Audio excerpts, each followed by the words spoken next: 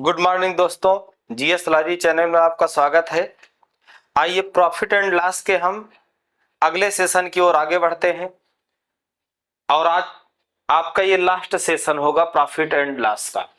देखिए क्वेश्चन आपका है, यदि मिटाने वाली रबड़ों के भाव में 25% की कमी हो जाए तो कोई व्यक्ति 1 रुपए में 2 रबड़ और अधिक खरीद सकता है, तो 1 रुपए में प्राप्त रबड़ों की संख्या कितनी होगी। दोस्तों इसमें इस तरीके का वास्तव में 4 तरीके का सवाल बनता है। एग्जामिनर चारों तरीके का सवाल पूछा है, लेकिन इसमें 2 टाइप के सवाल ऐसे हैं जो बार बार एग्जाम में आते हैं। और आइए मैं आपको समझाता हूं, मैं चारों तरीके के सवाल को लेके रखा हूं और कौन सा सवाल कब पूछा गया है ये भी हमने ले रखा है। तो चलिए आराम से शुरुआत करते हैं और ये भी पहले ही सवाल में आपको समझा दूंगा कि वो चारों टाइप के कौन से सवाल हैं जो बनते हैं। ठीक, तो आइए, कह रहा है कि यदि मिटाने वाले रबड़ों के भाव में 25% की कमी होती है तो एक व्यक्ति 1 रुपए में 2 रबड़ अधिक खरीद सकता है। तो इसका मतलब वो 2 रबड़ अधिक खरीद रहा है, तो 2 रबड़ अधिक किस वजह से खरीद रहा है? उसकी कीमत में 25% की कमी होने की वजह से।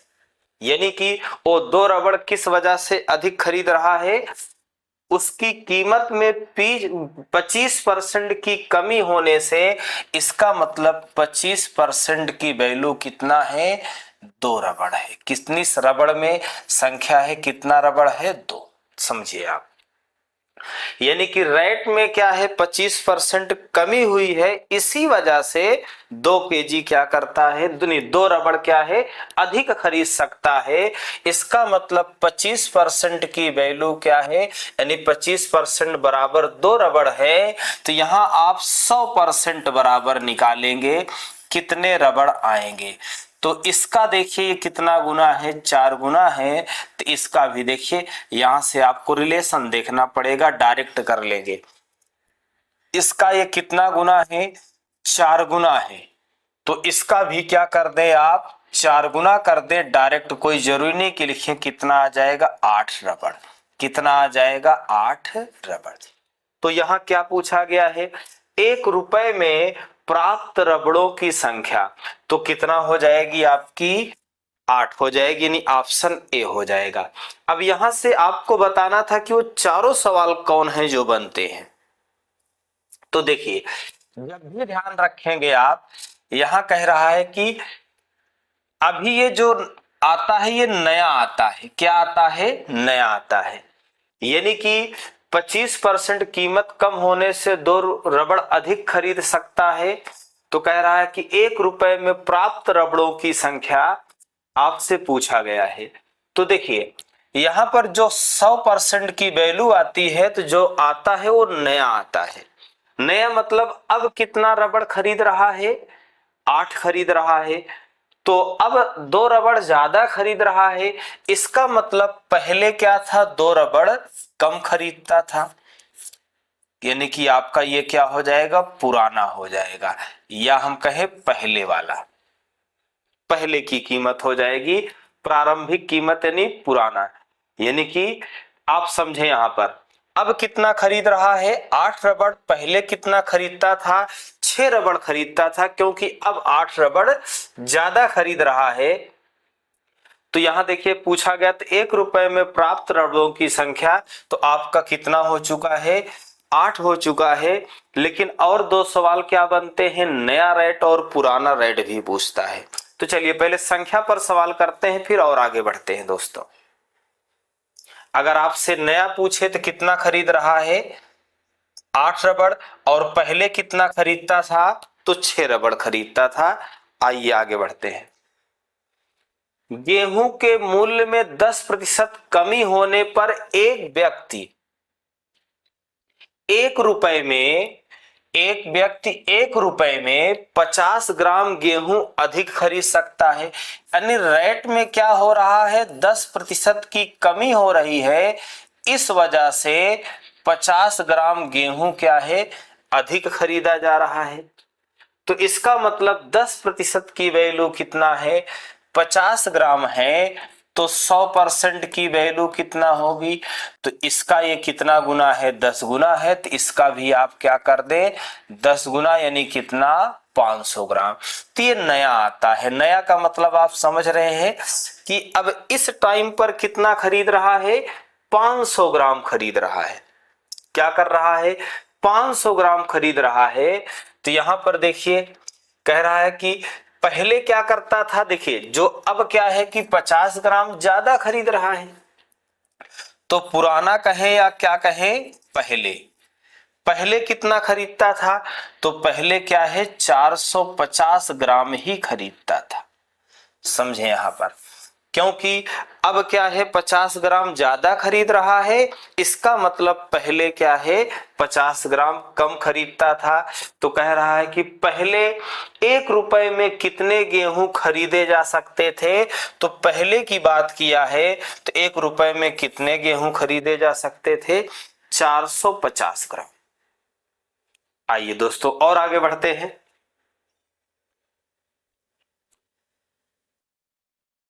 प्रति किलोग्राम गेहूं की कीमत में 60% कमी होने के कारण, गेहूं की कीमत में 25% की कमी होने के कारण जान 600 रुपए में 5 किलोग्राम अधिक खरीद सकता है।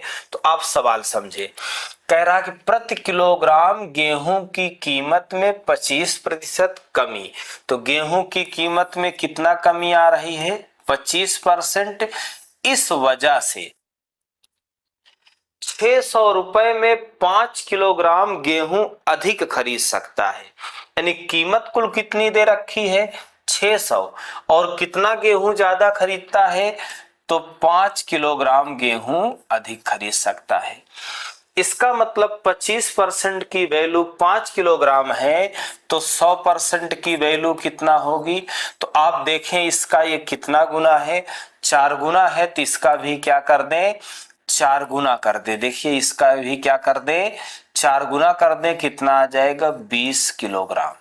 कितना आ जाएगा, 20 किलोग्राम। तो अब कितना खरीद रहा है, 20 किलोग्राम खरीद रहा है, और ये आता कौन सा है, नया आता है। तो और कह रहा कि अब 5 किलोग्राम ज्यादा खरीद रहा है, अधिक खरीद रहा है। इसका मतलब पहले क्या है 5 किलोग्राम कम खरीदता था, कितना, 15 केजी। तो देखिए दोस्तों यहां से अब आपको समझ में आ जाएगा कि वो चारों सवाल कौन बनते हैं। अगर पूछा जाए पहला सवाल कि पहले कितना खरीदता था, 600 रुपए, अब कितना खरीदता है 600 रुपए में 20 केजी, पहले कितना खरीदता था 600 रुपए में 15 केजी। और दो चीजें और क्या पूछेगा, कहेगा नया रेट बताओ, तो 600 में हम 20 का भाग दे देंगे, नया रेट आ जाएगा। अगर नया रेट पूछे तो 600 में हम 20 केजी का भाग दे देंगे, नया रेट आ जाएगा, कितना आ जाएगा आपका, 30 आ जाएगा। लेकिन आपसे नया रेट नहीं पूछा है, कह रहा प्रति किलोग्राम गेहूं की मूल कीमत होगी। मूल कीमत का मतलब हमसे पुराना ही रेट पूछा गया है, पहले का ही। तो 600 रुपए में हम कितने का भाग दे देंगे, 15 का भाग दे देंगे। तो 15 चौका 60 यानी कितना आ जाएगा, 40 रुपए केजी, यानी ऑप्शन कौन सा होगा। तो यही 4 सवाल बनते हैं। पहले अब कितना खरीद रहा है, 20 केजी, पहले कितना खरीदता था, 15 केजी। अगर नया रेट पूछे तो कितना आया था आपका, 600 में 20 का भाग देंगे। पुराना पूछेगा पहले का, तो 600 में 15 का भाग देंगे। आइए और आगे बढ़ते हैं। एक वस्तु की कीमत में 10% कमी हो जाने पर एक व्यक्ति 225 रुपए में उस वस्तु को 25 किलोग्राम ज्यादा खरीद सकता है। यानी कीमत में 10% की क्या हो रही है, कमी हो रही है, जिस वजह से 25 किलोग्राम क्या है, अधिक खरीद रहा है। तो 10% की वैल्यू 25 किलोग्राम है, तो 100% की वैल्यू कितना हो जाएगी, इसका ये 10 गुना है, तो इसका भी 10 गुना कर दो, कितना, 250 किलोग्राम। अब आपका ये क्या आता है, नया आता है। नया मतलब अब इतना खरीद रहा है। अब जबकि देखिए कह रहा कि अब क्या है कि 25 किलोग्राम ज्यादा खरीद रहा है, जो सस्ता होने के बाद जो नया आ रहा है वो 25 किलोग्राम ज्यादा खरीद रहा है। इसका मतलब पहले क्या है, 25 किलोग्राम कम खरीदता रहा होगा, यानी कितना 225 केजी, कितना 225 केजी। अब देखिए अगर नया रेट पूछेगा तो 225 में हम 250 का भाग देंगे, और मूल कीमत यानी कि पुराना पूछेगा तो आपका 225 में कितने का भाग देना है, 225 का। तो कितना आ जाएगा, 1 रुपए आ जाएगा, यानी ऑप्शन आपका ए सही हो जाएगा। तो ये आपकी मूल कीमत आ गई प्रति रुपए केजी, यानी 1 रुपए केजी। आइए और आगे बढ़ते हैं दोस्तों।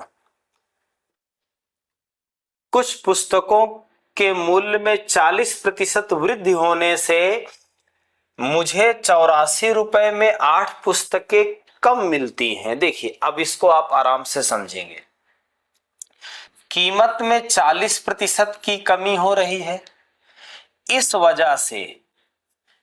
वजह से 8 पुस्तकें कम मिलती हैं। कितनी पुस्तकें कम मिलती हैं, 8 पुस्तकें कम मिलती हैं। तो यहां क्या है, पुस्तक है, ठीक, 8 पुस्तकें कम मिलती हैं। अब यहां देखिए, तो अगर डिवाइड करना तो 100% का अगर आपसे पूछेगा तो आपको डिवाइड करना है, डिवाइड कर सकते हैं। 4 से इसको काटेंगे 10 आएगा, 4 दूना 8। अब 10% की वैल्यू 2 है तो 100% की वैल्यू कितना होगी, इसका ये 10 गुना है तो इसका भी 10 गुना कर दें, कितना 20 आ गया। यानी अब कितना पुस्तक खरीद रहा है, यानी कि 20 खरीद रहा है। और अब क्या है कि पहले से 4 पुस्तक कम खरीद रहा है। इसका मतलब पहले 8 पुस्तक कम खरीद रहा है, 8 पुस्तक कम खरीद रहा है। इसका मतलब पहले 8 पुस्तक ज्यादा खरीदता था। यहां आपको ध्यान देना है थोड़ा सा। देखिए 40% कम हो जाने से मुझे 84 रुपए में 8 पुस्तक कम खरीदने का मौका मिलता है। मतलब पहले जितना खरीदता था अब उससे 8 पुस्तक कम खरीद रहा है। इसका मतलब पहले 8 पुस्तक ज्यादा खरीदता था। तो पूछा क्या है, प्रत्येक पुस्तक की आरंभिक मूल कीमत, यानी पहले वाली मूल कीमत पूछा है। तो 84 में हम कितने का भाग देंगे, 28 का भाग देंगे। कितने का भाग देंगे, 28 का भाग देंगे। तो ये कितनी बार डिवाइड हो जाएगा, 3 बार में। कितनी बार में, 3 बार में। तो 3 रुपए आपका आ जाएगा, यानी ऑप्शन कौन सा हो जाएगा, बी नंबर। आइए दोस्तों और आगे बढ़ते हैं। चावल की एक निश्चित किस्म की दर 20% बढ़ जाती है तो एक आदमी को चावल की वह किस्म 630 रुपए में 3 केजी कम मिलती है। यानी कीमत कितना बढ़ी हुई है, 20% बढ़ी हुई है। इसी वजह से 3 केजी क्या है, कम मिलता है। तो यानी 20% की वैल्यू 3 केजी है तो 100% की वैल्यू कितना होगी, इसका ये कितना गुना है, तो आप बताएंगे 5 गुना है। तो इसका भी 5 गुना कर दीजिए, कितना 15 आ जाएगा। अब आप पढ़ेंगे, यहां ये नया आता है, ठीक। यहां कह रहा है कि कीमत कम होने से 3 केजी कम मिलता है। यानी अब नया क्या है, कीमत कम होने से 3 केजी कम मिलता है। इसका मतलब पहले क्या था, 3 केजी ज्यादा मिलता था। तो पहले क्या है, 3 केजी ज्यादा मिलता था, यानी कितना केजी, 18 केजी। तो अब देखिए यहां क्या पूछा गया है आपसे। तो कह रहा है कि जो उसने पुरानी दर पर मिलने वाली मात्रा की तुलना में कम होती, ठीक, कह रहा चावल की उस किस्म की पुरानी दर ज्ञात करें। तो पुराना पूछा है, यानी पहले वाला पूछा है। तो 630 में हम कितने का भाग देंगे, 18 का। नया पूछा होता तो 630 में कितने का भाग देते, 15 का। तो आपसे पुराना ही पूछा है, प्रारंभिक 18 का भाग दे दें आप। 9 7 63 हो गया और 9 दूना 18, 2 से डिवाइड करोगे कितना आ जाएगा 35 रुपए केजी, यानी ऑप्शन कौन सा होगा, बी नंबर। तो पुराना रेट उसका क्या था, 35 रुपए प्रति केजी। आइए दोस्तों और आगे बढ़ते हैं। किसी वस्तु की कीमत में 21% कमी होने पर, कीमत में कितने की कमी हो रही है, 21% की कमी हो रही है, जिसकी वजह से 100 रुपए में 3 किलोग्राम अधिक खरीदा जा सकता है। कितना, 100 रुपए में कितना, 3 किलोग्राम अधिक खरीदा जा सकता है। तो 21% की वैल्यू कितना है, 3 किलोग्राम। तो देखिए 100% की वैल्यू कितना होगी, तो आप यहां देखिए, अब ये तो डायरेक्ट 2 गुना 3 गुना सेट नहीं होगा, तो 3/21 गुणे 100 सॉल्व करेंगे तो कितना आ जाएगा 7, यानी कितना आ गया 100/7 केजी। अब ध्यान रखना है, और ये आता क्या है आपका नया, ये क्या आता है नया, ठीक। यानी कि क्या कर रहा है, 100% की वैल्यू कितना आ गई, 100/7 केजी आ गई। तो आपसे पूछा गया है वस्तु की प्रति किलोग्राम कम की गई कीमत। कम की गई कीमत का मतलब यही नया वाला ही पूछ रहा है, कम की गई कीमत। तो हम क्या करेंगे, 100 रुपए में किसका भाग देंगे, यानी 100 में किसका भाग दे देंगे, यानी कि 100/7 का। देखिए आपसे पूछा क्या गया है, नई कीमत पूछा गया है, तो हम 100 में किसका भाग देंगे, इसी नए वाले का ही भाग देंगे, यानी 100 बटा कितना 7 से भाग देंगे। तो 100 से 100 कट जाएगा, 7 कहां चला जाएगा ऊपर, यानी आपके सवाल का जवाब क्या हो जाएगा, ऑप्शन नंबर। तो इस तरीके से मैंने इसमें दोस्तों हर छोटे बड़े सवाल को लिया। अब कोई यहाँ देखिए फ्रैक्शन में भी मुझे एक सवाल मिला, मैं उसको भी यहाँ पर आपको समझाने की कोशिश किया ताकि आप हर छोटे बड़े सवाल को आसानी से समझ सकें।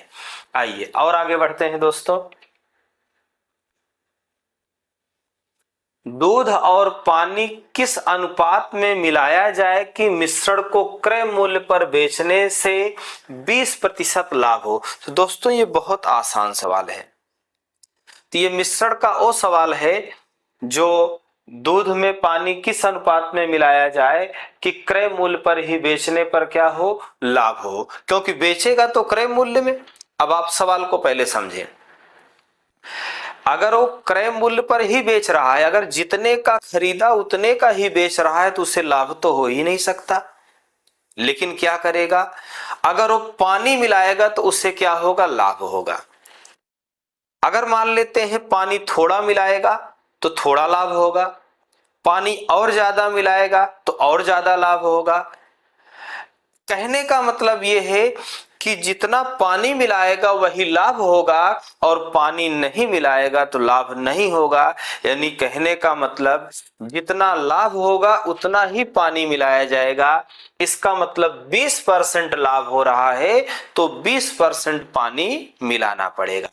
तो यहाँ चलिए हम कुल कीमत मान लेते हैं, 100 मान लेते हैं, और उसमें पानी कितना मिलाना है, 20%। तो 100 अनुपाते कितना आ जाएगा, 20 आ जाएगा। डिवाइड कर लेते हैं तो 5 अनुपाते कितना, 1, यानी ऑप्शन सी हो जाएगा। बहुत आसान छोटा सवाल था दोस्तों, लेकिन यह है कि इंपॉर्टेंट सवाल है, आप इसको ध्यान रखेंगे। आइए और आगे बढ़ते हैं। स्प्रिट के साथ पानी किस अनुपात में मिलाया जाए कि मिश्रण को लागत मूल्य पर बेचने से 20% का लाभ हो। तो मैंने अभी अभी बताया कि इसमें जितना पानी मिलाया जाएगा उतना ही लाभ होगा। तो ये भी तो वही सवाल है, इसका भी जवाब वही होगा, कितना, 5:1। यानी कहने का मतलब कुल मात्रा हम स्प्रिट की 100 मान लेते हैं, अगर 20% लाभ कमाना है तो 20% पानी मिलाना है। तो ये आपका रेशियो कितना बन जाएगा, 5 और 1, ऑप्शन बी हो जाएगा। आइए और आगे बढ़ते हैं। पानी के साथ स्प्रिट को किस अनुपात में मिलाया जाए कि मिश्रण को लागत मूल्य पर बेचने पर 16 सही 2/3%, यहाँ दिया है क्या, 16 सही 2/3% लाभ मिले। यानी कहने का मतलब अगर 20% आप लाभ चाहते थे तो 20% पानी मिलाया, और यहाँ 16 सही 2/3% लाभ चाहते हैं तो आप इतना परसेंट पानी मिला दें। इसको अगर आप सॉल्व करेंगे 16 48 दो कितना आएगा, 50/3% आएगा। कितना, 50/3%। तो यानी कुल मात्रा आप कितनी मान लेंगे, 100, और लाभ चाहिए 50/3%, तो पानी मिलाना पड़ेगा 50/3। सॉल्व कर लेते हैं, 1 आएगा और 2 आएगा, तो 6 अनुपाते कितना आ जाएगा, 1 आ जाएगा। लेकिन दोस्तों आपसे ये बोला है कि पानी के साथ स्प्रिट मिलाना है, यानी पहले पानी होगा स्प्रिट बाद में होगा, तो ये आपका कितना हो जाएगा, 1:6, यानी आप सी हो जाएगा। तो इस तरीके से आप बिल्कुल आसानी से इन सवालों को कर सकते हैं। आइए दोस्तों और आगे बढ़ते हैं। एक दूध विक्रेता दूध को क्रय मूल्य से 20% अधिक पर बेचता है, साथ ही वह हर 5 लीटर में 3 लीटर पानी मिलाता है, यानी हर 5 लीटर दूध में 3 लीटर पानी मिलाता है। तो दोस्तों यहां देखिए वो 2 तरीके से लाभ कमा रहा है। कह रहा है एक दूध विक्रेता यानी 20% अधिक पर बेचता है, यानी 20% अधिक पर तो बेचता ही है, लेकिन यह है कि कह रहा है कि 5 लीटर दूध में, हर 5 लीटर दूध में 3 लीटर क्या करता है, पानी मिला देता है। तो कह रहा है उसका कुल लाभ प्रतिशत होगा। चलिए हम रेशियो से ही बना देते हैं, कोई दिक्कत नहीं है। कह रहा है कि एक दूध विक्रेता दूध को क्रय मूल्य से 20% अधिक पर बेचता है, यानी मान लेते हैं कि उसने खरीदा कितने में है, 100 में, खरीदा कितने में है, 100 में, तो बेचेगा कितने में, 120 में, यानी कि 20% ज्यादा में बेचेगा। और खरीदा कितना है, खरीदा है 5 लीटर खरीदा है, तो हम यहाँ कुल क्रय मूल्य निकाल लेते हैं। 5 गुणे कितना आ जाएगा, 100 आ जाएगा। तो उसने कितना किया, 5 लीटर, यानी कि 5 लीटर दूध में 3 लीटर पानी मिलाता है। तो यहाँ आप देखेंगे तो अगर 1 लीटर की कीमत 100 है, इसको काट के और छोटा भी कर सकते हैं, 100 है तो 5 लीटर दूध की कीमत कितना हो जाएगी, 500 हो जाएगी। अब क्या करता है, इसमें 3 लीटर पानी मिला देता है, यानी कि 5 लीटर तो दूध था ही पहले से, उसमें 3 लीटर उसने और पानी मिला दिया, तो कुल मात्रा कितनी हो गई, 8 हो गई। और उसको अब बेचेगा कैसे, 120 रुपए लीटर के हिसाब से। तो कितना हो जाएगा, 12×8=96, यानी 960 हो जाएगा। इस प्रकार देखिए वह खरीदा 500 में, बेचा कितने में, 960 में, तो उसे क्या हो गया, लाभ हो गया। कितने का हो गया, तो 460 का लाभ हो गया। कितने का लाभ हो गया, 460 का लाभ हो गया। लेकिन अगर प्रतिशत लाभ पूछे तो क्रय से क्या करना, भाग देना है और 100 से गुणा करना है। सॉल्व कर लेते हैं, 1 2 ये कट गया, 5 से डिवाइड करेंगे तो 5 9 45, 5 दूना 10, यानी कितना आ जाएगा, 92% आ जाएगा। यानी आपका ऑप्शन कौन सा होगा, बी नंबर, यानी ऑप्शन कौन सा हो जाएगा, बी नंबर। काफी अच्छा सवाल था दोस्तों। आइए और आगे बढ़ते हैं।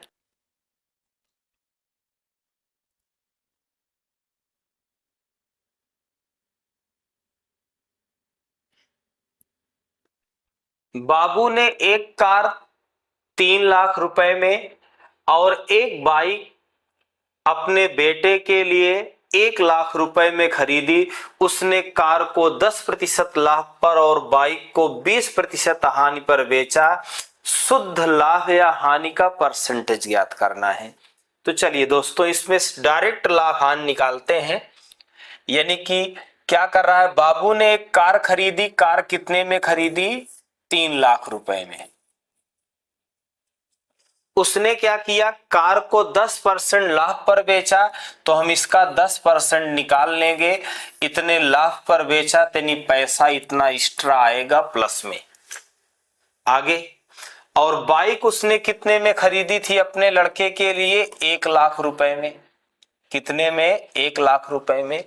लेकिन कह रहा है बाइक को 20% हानि पर बेचा, तो यहाँ पे माइनस में जाएगा, माइनस में 20% जाएगा, यानी पैसा क्या है? घाटा लगेगा, 20% कम हो जाएगा। तो चलिए सॉल्व करते हैं।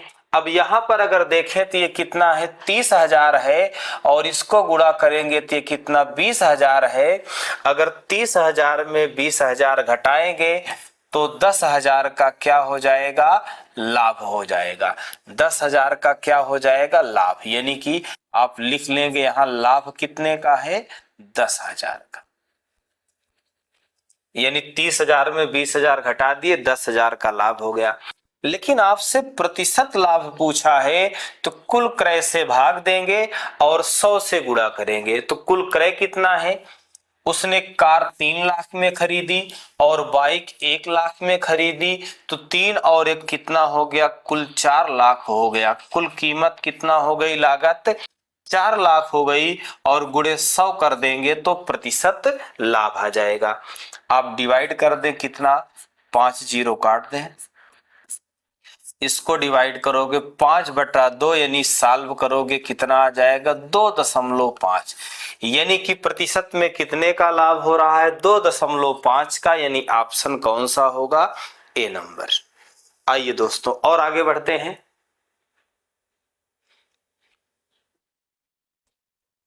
दो कुर्सियों और एक मेज की कीमत 880 रुपए है, जबकि एक कुर्सी और 2 मेज की कीमत 980 रुपए है। तो प्रत्येक की कीमत ज्ञात कीजिए। यहां पर प्रत्येक की कीमत मतलब दोनों की पूछ लिया है। तो चलिए हम इसको यक्स मान के बताते हैं। कुर्सी की कीमत आप यक्स मान लें और मेज की कीमत आप वाई मान लें। तो यहां देखिए कितनी कुर्सियां हैं? 2 कुर्सियां, यानी 2x हो गया। और मेज कितनी है? 1 है, यानी कि 1y इक्वल टू कितना? 880। आगे कह रहा है कि एक कुर्सी यानी 1x प्लस 2 मेज यानी 2y इक्वल टू कितना हो जाएगा? 980। अब आप यहां ध्यान देंगे, हमसे दोनों पूछा गया है, तो हम इसे सॉल्व करेंगे और एक को बराबर करेंगे। क्या करेंगे? एक को बराबर करेंगे। अगर हम यक्स का निकालना चाहें तो इसमें क्या करेंगे? 2 का गुणा कर देंगे ताकि y के क्या हो जाए? y बराबर हो जाए। तो चलिए सॉल्व करते हैं। पहले वाले में क्या करते हैं? 2 का गुणा, और 2 का गुणा करके इसको हम यहां ले आके लिखते हैं। तो यहां कितना हो जाएगा? 4x, और यहां कितना हो जाएगा? 2y, और यहां पर कितना हो जाएगा? 0। 8 दूना 16, 8 दूना 16, 1 17। चलिए इन दोनों को अब सॉल्व कर देते हैं। तो यहां चिन्ह बदल दीजिए, ये कट जाएगा, ये माइनस कितना आ जाएगा? 3x आ जाएगा, और इसमें से इसको घटाएंगे तो 0 आ गया। 16 में से 8 घटाए 8 आ गया। यहाँ 16 में से 16 बचेगा, 9 घटाएंगे तो कितना आएगा? 7 आएगा, और ये भी माइनस में आएगा। तो माइनस माइनस से ही कट गया, और 3 से इसको काटेंगे तो 3 दूना 6, 3 छंग 18, यानी यक्स का मान कितना आ गया? 260 आ गया। आपका यक्स का मान कितना आ गया? 260। यानी कुर्सी की कीमत कितना है? 260। अब ऑप्शन के हिसाब से अगर देखें तो आगे कुछ करने की भी जरूरत नहीं है, लेकिन फिर भी हम कुर्सी की भी कीमत निकालते हैं। देखिए, यानी y का भी मान निकालना है, तो x का मान कितना आ गया है? 260 आ गया है। तो हम किसी पर भी रख दें, कोई दिक्कत नहीं। x का मान 260 है, तो यहाँ चलिए इसी समीकरण से सॉल्व कर देते हैं। तो यहाँ x का मान 260 रखोगे तो कितना हो जाएगा? 520 हो जाएगा, और प्लस क्या है? y है इक्वल टू 880। अब अगला सवाल है आपका, अप्रैल में एक किताबों की दुकान के लाभ में 25% की वृद्धि होती है, और मई में यह 20% घट गई। मई के अंत में और अप्रैल के शुरुआत में स्टोर के लाभ की तुलना कीजिए। यानी कि कितना कम है या कितना ज्यादा है। तो चलिए देखिए, हम मान लेते हैं कि अप्रैल में कीमत कितना थी, शुरुआत में 100 थी। अप्रैल की शुरुआत में कीमत कितना थी, 100 थी। और फिर उसके बाद आगे देखिए, अप्रैल की शुरुआत में कीमत कितना हो गई, 100 थी। अप्रैल के प्रारंभ में, जब अप्रैल खत्म होगा, मई शुरुआत होगा, तो यहां देखिए कह रहा है कि 25% की वृद्धि हो रही है, यानी कितना हो जाएगा, 125। कितना हो जाएगा, 125, यदि हम 25% का वृद्धि करेंगे। ये यहाँ पे क्या है कि अप्रैल के प्रारंभ में है और ये अप्रैल के अंत में आ गया करा, और मई में यह 20% घट जाती है। अब यहां पर देखिए कह रहा है कि मई में ये 20% घट जाती है, यानी कि 20% घट जाती है तो 80% ही रह जाती है। सॉल्व कर देते हैं, 4 आ गया और 5 आ गया। ये आपका 5 का नम 5, 5 छंग 30, ये 4 आएगा। ठीक, और ये 5 आ गया। यहां से देखिए 125 गुणे 80 बटा 100, यानी 5 आ जाएगा, और यहां पर 4, 4 दूना 8, यानी कितना हो गया, 100। तो यानी कि अप्रैल के शुरुआत में कितना था, कीमत 100 थी। फिर अगले महीने में यानी कि अप्रैल के प्रारंभ में, फिर अप्रैल के अंत में 25% बढ़ी है, और उसके बाद फिर यानी कि 20% कम हुई है, तो वापस कितना आ गई, फिर 100 आ गई। इसका मतलब यानी कि उसके लाभ में कोई फर्क नहीं पड़ेगा, यानी कि समान रहेगा। ऑप्शन कौन सा हो जाएगा, सी, क्योंकि यहां पर 100 था तो यहां भी 100 है। ये अप्रैल के प्रारंभ में है, ये अप्रैल के अंत में है, और ये क्या है, मई के प्रारंभ में है, ये मई के अंत में है। आइए अगले सवाल की तरफ बढ़ते हैं। ए एक वस्तु बी को 20% के लाभ पर बेचता है, बी उसे सी को 20% के लाभ पर बेचता है। यदि सी ने 360 रुपए का भुगतान किया तो ए का क्रय मूल्य। चलिए यहां सॉल्व करते हैं। मान लेते हैं ए का क्रय मूल्य कितना था, ए था। ए ने क्या किया, 20% लाभ लेके, यानी 120 बटा 100 किसको बेच दिया, बी को बेच दिया। और बी ने भी क्या किया, 20% लाभ लेके किसको बेच दिया, सी को बेच दिया। और सी ने इसके लिए कितना भुगतान किया है, 360 रुपए। सॉल्व कर देते हैं, यहाँ 6 आ जाएगा, 5, 6 और 5, 6 छंग 36, ये आ जाएगा।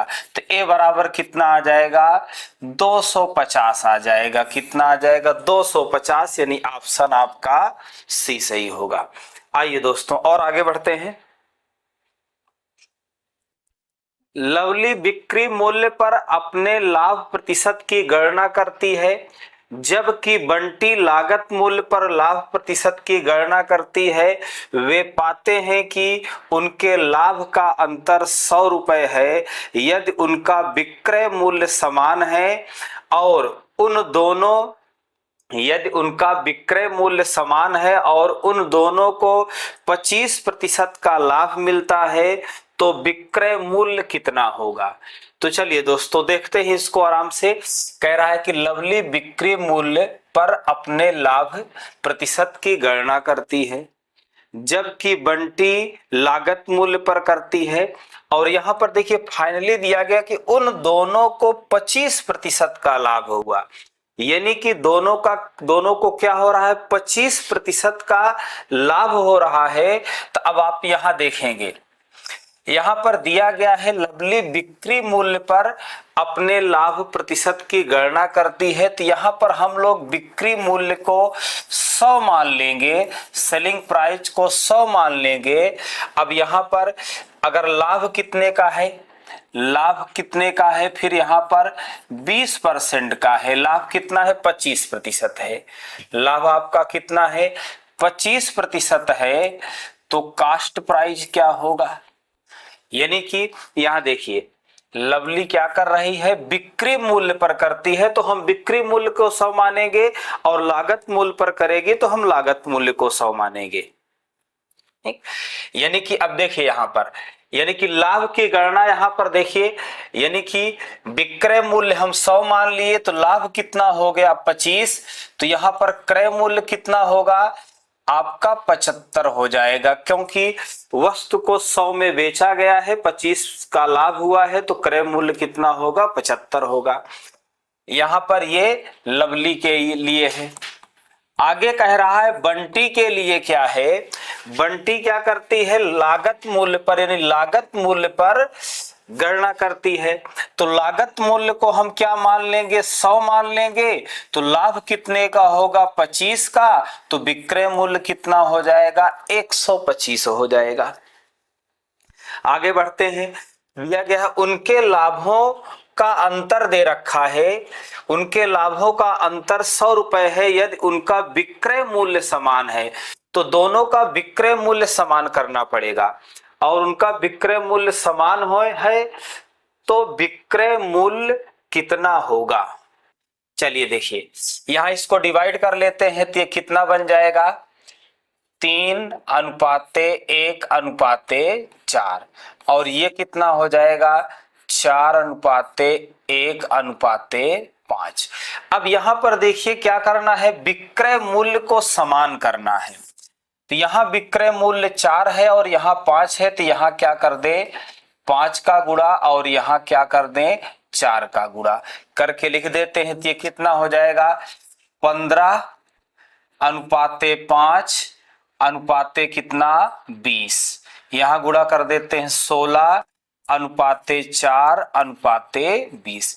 अब दोनों का विक्रय मूल्य समान हो गया। अब कह रहा उनके लाभ का अंतर, तो देखिए ये क्रय मूल्य था, ये विक्रय मूल्य था, ये लाभ था, इनके लाभ का अंतर कितने का है 1 का है, यानी यहाँ 1 का लाभ किसका लवली का लाभ 5 है तो बंटी का 4 है, तिनके लाभ का अंतर 1 है, और प्रश्न में 1 यूनिट की वैल्यू कितना दे रखी है 100 दे रखी है। तो क्या पूछा गया है, तो विक्रय मूल्य ज्ञात कीजिए, यानी विक्रय मूल्य मतलब 20 यूनिट की वैल्यू हमें चाहिए, तो कितना हो जाएगा 2000 हो जाएगा, यानी ऑप्शन आपका कौन सा सही होगा डी नंबर। आइए दोस्तों अगले सवाल की तरफ बढ़ते हैं। महेश द्वारा कारखाने में एक वस्तु का उत्पादन करने की लागत 2000 रुपए थी। उत्पाद को कारखाने के शोरूम तक ले जाने के लिए उत्पाद लागत में 10% के बराबर है। यहां देखिए कह रहा है कि उत्पाद लागत कितना है 2000 है, लेकिन ये है कि कारखाने से शोरूम तक ले जाने के लिए 10% और लागत लगती है, खर्च पड़ता है।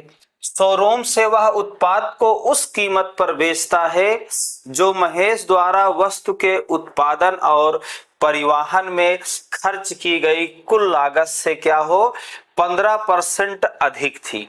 तो आगे पूछा गया महेश शोरूम से उत्पाद को किस मूल्य पर बेचता है। तो चलिए दोस्तों आसान सवाल है, इसमें ज्यादा कुछ नहीं, बस देखने के लिए सवाल बड़ा सा दे रखा है। चलिए देखिए कीमत कितना थी 2000 रुपए थी, और जितना उसकी लागत कीमत थी और कारखाने की उससे 10% क्या है शोरूम तक ले जाने में यूज होता है, तो कीमत बढ़ के कितना हो जाएगी 110, क्योंकि 10% और कीमत बढ़ जाएगी। और कह रहा है कि वह उस मूल्य पर बेचना चाहता है ताकि कुल खर्च किए गए क्या हो 15% का लाभ हो, तो 15% का लाभ कमा के इसे बेचना चाहता है। सॉल्व कर देते हैं 1 2 3 4, ये डिवाइड हो गया, गुणा कर देते हैं, यहाँ कितना हो जाएगा 11 दूना 22, 2 से गुणा करेंगे तो कितना आ जाएगा 0 3 2, 0 कितना आ गया आपका, यानी इसको गुणा करेंगे तो आ जाएगा 25-30 आ जाएगा, यानी कि उसे किस कीमत पर बेचना पड़ेगा ताकि 15% का लाभ हो, तो 2530, यानी ऑप्शन कौन सा होगा बी नंबर। आइए दोस्तों और आगे बढ़ते हैं। आप यहां देखिए सवाल देखने के लिए सिर्फ बड़ा है, बाकी एक स्टेप का ही सवाल है, ठीक। आइए अगले क्वेश्चन पर आते हैं। अगर कोई दूध वाला 50 रुपए लीटर दूध बेचता है तो उसे 2000 रुपए की हानि होती है। यदि वह 60 रुपए प्रति लीटर पर बेचता है तो उसे 1500 रुपए का लाभ होता है। उसके द्वारा बेचे जाने वाले दूध की कुल मात्रा लीटर में ज्ञात कीजिए। ये आपसे सवाल पूछा गया है। आइए दोस्तों, मान लेते हैं यहां पर कि कुल मात्रा कितना दूध की थी, x लीटर। कितना थी, x लीटर थी। तो चलिए देखिए, कह रहा है कि अगर यहां पर 50 रुपए लीटर बेचा जाएगा तो उसे 200 रुपए की क्या होगी, हानि होगी। आगे कह रहा है कि यदि 60 रुपए लीटर बेचा जाएगा तो उसे 1500 रुपए का लाभ होगा। तो चलिए देखिए, मान लेते हैं 50 रुपए लीटर बेचा जाएगा तो कितने लीटर हैं, x लीटर हैं, तो कुल कीमत कितना हो जाएगी, 50x। आगे कह रहा है कि 60 रुपए लीटर बेचा जाएगा तो कीमत कितना हो जाएगी, 60x हो जाएगी। अब देखिए, जब इतने में बेचा है 50 रुपए लीटर में, तो उसे 200 का क्या हुआ, 2000 का क्या हुआ है, हानि हुआ है, मतलब 2000 का घाटा हुआ है।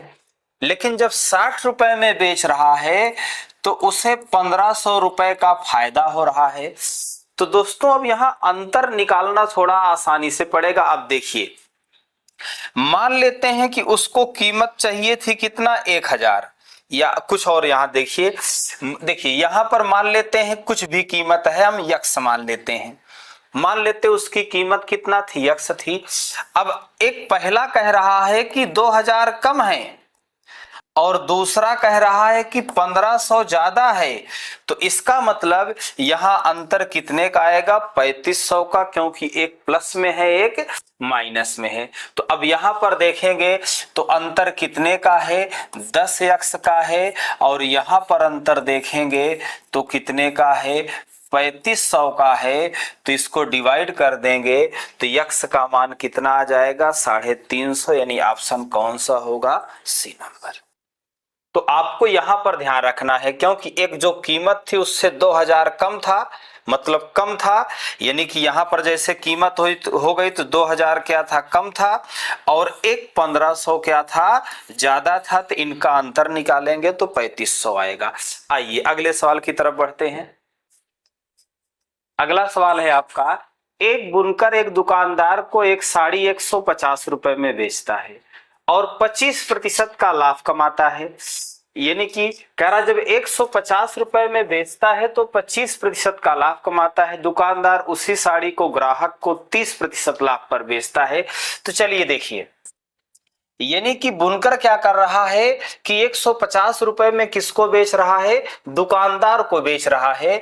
दुकानदार को कितने में बेच रहा है, 150 में बेच रहा है। तो बुनकर क्या कर रहा है, मान लेते हैं बुनकर का कास्ट प्राइस हमने सीपी मान लिया, ठीक। तो ये क्या कर रहा है, 25% के लाभ पर बेच रहा है। 25% के लाभ पर किसको बेच रहा है, यानी दुकानदार को बेच रहा है। तो यहां पर निकाल लीजिए, कास्ट प्राइस कितना आ जाएगा, 120 आ जाएगा। यानी कि बुनकर का कास्ट प्राइस कितना था, यानी बुनकर का जो कास्ट प्राइस था कितना था, 120 था। और बुनकर ने दुकानदार को कितने में बेचा था, 150 में बेचा था। और दुकानदार ने कितना लाभ लेकर के, 30% लाभ लेकर के ग्राहक को बेचा था। तो देखते हैं ग्राहक को कितने में बेचेगा, गुणा कर देते, कितना आ जाएगा, 195 ग्राहक को बेचेगा। यानी बुनकर का लागत मूल्य कितना था, 120 था, और दुकानदार को उसने बेचा 150 में, और दुकानदार ने ग्राहक को बेच दिया कितने में, 195 में बेच दिया। अब आपसे सवाल पूछा है कि यदि बुनकर सीधे ग्राहक को 180 रुपए में बेचता, यानी कि बुनकर अगर सीधे ग्राहक को 180 में बेचता, तो देखिए यहां पर कितने का लाभ होता, लाभ कितने का होता, यहां पर लाभ कितने का हो जाता, 60 का हो जाता। यानी कि बुनकर अगर सीधे ग्राहक को कितना 180 में बेचता तो लाभ कितने का हो जाता, 60 का हो जाता। और प्रतिशत लाभ पूछे तो क्रय से भाग देंगे और 100 से गुणा करेंगे। डिवाइड कर देते हैं, 2 आ जाएगा, सॉल्व करेंगे कितना आ जाएगा, 50%। यानी कि अगर बुनकर डायरेक्ट ग्राहक को 180 रुपए में बेचा होता तो 50% का लाभ होता। और एक सवाल पूछा गया है, ग्राहक को कितना लाभ हुआ। अब देखिए, ग्राहक पहले क्या कर रहा था, दुकानदार से 195 में खरीद रहा था, लेकिन डायरेक्ट बुनकर से खरीदा तो 180 में खरीदा, तो उसे भी क्या हुआ, 15 रुपए का फायदा हुआ। यानी ऑप्शन कौन सा सही होगा, सी नंबर। आइए दोस्तों और आगे बढ़ते हैं। एक आदमी को एक अलमारी एक निश्चित मूल्य यश पर बेचने पर विक्रय मूल्य के 20% के बराबर लाभ होता है। जब भी विक्रय मूल्य के बराबर लाभ हो, परसेंटेज लाभ हो, तो हम लोग विक्रय मूल्य को ही क्या मान लें, 100 मान लें। सेलिंग प्राइस को क्या मान ले, 100 मान ले। और जो लाभ हो रहा है वो विक्रय मूल्य के 20% के बराबर है। किसके बराबर है, विक्रय मूल्य के 20% के बराबर है। तो इसका मतलब फिर क्रय मूल्य कितना रहा होगा, 80 रहा होगा। अब आगे कह रहा है कि यदि उसके लिए अलमारी का क्रय मूल्य 10% बढ़ा दिया जाए। देखिए, क्रय मूल्य अभी 80 है, अगर इसे 10% बढ़ाएंगे तो कितना हो जाएगा, 88 हो जाएगा। यानी कि उसको क्या करना है, क्रय मूल्य को 10% बढ़ाना है, तो कितना हो जाएगा, 88 हो जाएगा। इसका 10% कितना आएगा, 8 आएगा, और 8 इसी में जोड़ देंगे तो कितना हो जाएगा, 88 हो जाएगा। और कह रहा है कि और वह उसे यश से 4% अधिक में बेचता है। यानी यश कितने में बेचता था, यानी कि 100 में। अब यहां कह रहा है उससे 4% ज्यादा में बिक रहा है, मतलब 100 की बजाय 104 में बिक रहा है। तो कह रहा तब उसे कितने का लाभ होगा। तो देखिए, लाभ कितने का होगा यहां पर, तो बताएंगे आप कितने का होगा, 16 का होगा। लेकिन प्रतिशत लाभ पूछे तो क्रय से भाग दे दें और 100 से गुणा कर दें। सॉल्व कर देते हैं, 2 आ गया और 11, यानी कितना आ जाएगा, 200/11। डिवाइड करेंगे, 11 एक अन्नम 11, 11 अठे 88, यानी ऑप्शन कौन सा सही हो जाएगा, सी नंबर। यानी कि 18.18 आ जाएगा। यानी ऑप्शन कौन सा सही हो जाएगा, सी नंबर। आइए दोस्तों और आगे बढ़ते हैं।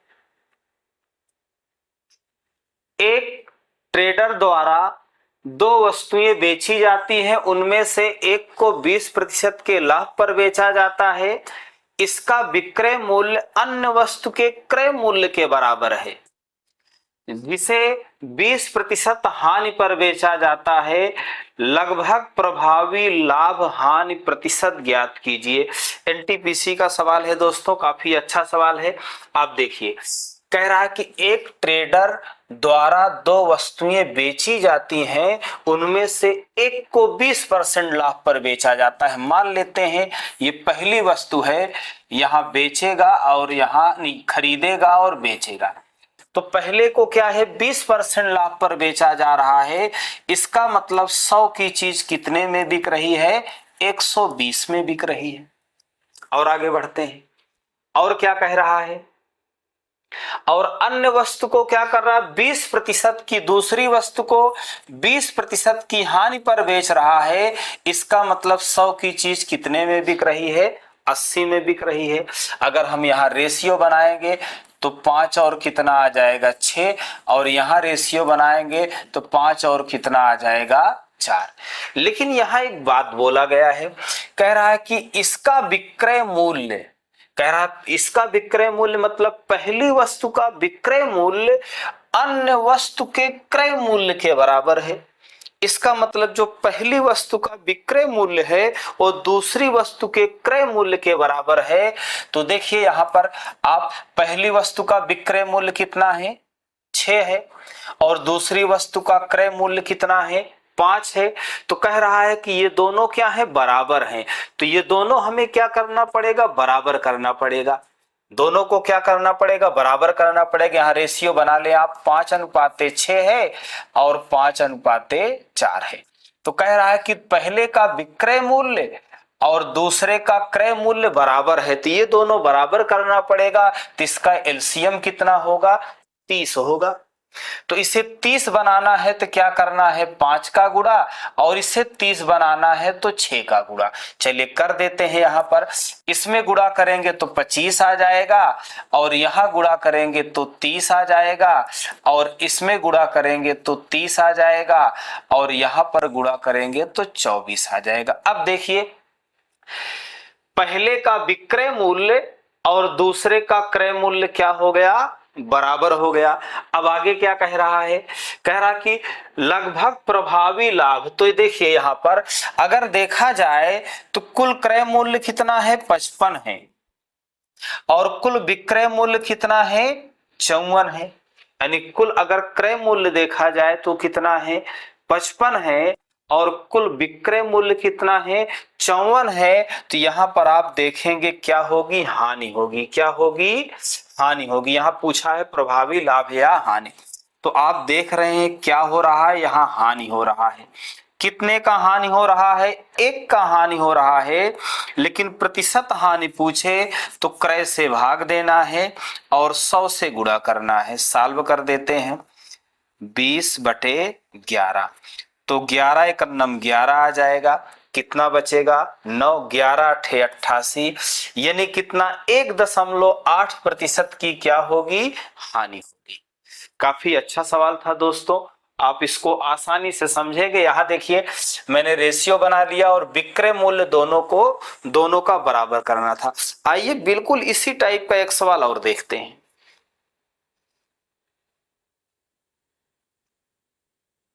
शीला ने एक निश्चित मूल्य पर एक साड़ी बेची और यानी कि एक साड़ी और एक लहंगा खरीदा। उसने साड़ी पर 10% और लहंगे पर 20% का लाभ लिया। देखिए साड़ी पर यहां मान लेते हैं कितने का, 10% का लाभ लिया। मतलब यहां कास्ट प्राइस 100 की चीज कितने में बेच दिया, 110 में सेलिंग प्राइस। यानी साड़ी पर उसने क्या किया, 10% का लाभ लिया है। और कह रहा है कि लहंगा पर कितने का लाभ लिया है, 25% का। मतलब 100 की चीज कितने में बेचा, 125 में। चलिए रेशियो बना लेते हैं, इसको काट दिए, ये आ गया। यहां काटेंगे कितना, 4 और 5, तो ये कितना आ जाएगा, 10 और 11, और ये कितना आ जाएगा, 4 और 5। अब सवाल पढ़िएगा। उसने पाया कि साड़ी की कीमत मूल्य, मतलब वही लागत मूल्य, साड़ी की लागत मूल्य लहंगे के बिक्री मूल्य के बराबर है। तो देखिए साड़ी का लागत मूल्य कितना है, 10 है, और ये किसके बराबर है, लहंगे के बिक्री मूल्य के। तो लहंगे का बिक्री मूल्य कितना है, 5 है। तो कह रहा है ये दोनों बराबर है। तो ये दोनों बराबर कैसे होगा, एलसीएम लिए 10 हुआ, तो इसमें क्या कर दें, 2 का गुणा कर दें। देखिए ये 10:11 हो गया, और ये कितना हो गया, 8:10 हो गया।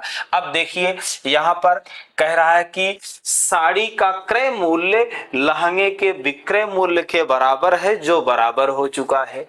अब अगर यहाँ आप कुल देखें तो कुल क्रय कितना है, 18, और विक्रय कितना है, 21। तो बताइए लाभ होगा कि हानि, तो आप कहेंगे लाभ होगा। कितने का होगा, देख लीजिए यहाँ पर, तो लाभ 3 का होगा। और पूछे प्रतिशत लाभ कितना होगा, तो आप क्रय से भाग देंगे और 100 से गुणा करेंगे। सॉल्व कर देते हैं, 50/3 यानी कि 16 सही 2/3 या 16.66 आ जाएगा, ऑप्शन नंबर ए। तो दोस्तों इस तरीके से यहाँ पर साड़ी का क्रय मूल्य और लहंगे का विक्रय मूल्य दोनों को बराबर करके हम सवाल को सॉल्व कर सकते हैं। चलिए दोस्तों बस आज के लिए इतना ही। आज का सेशन यहीं पर समाप्त होता है। जय हिंद।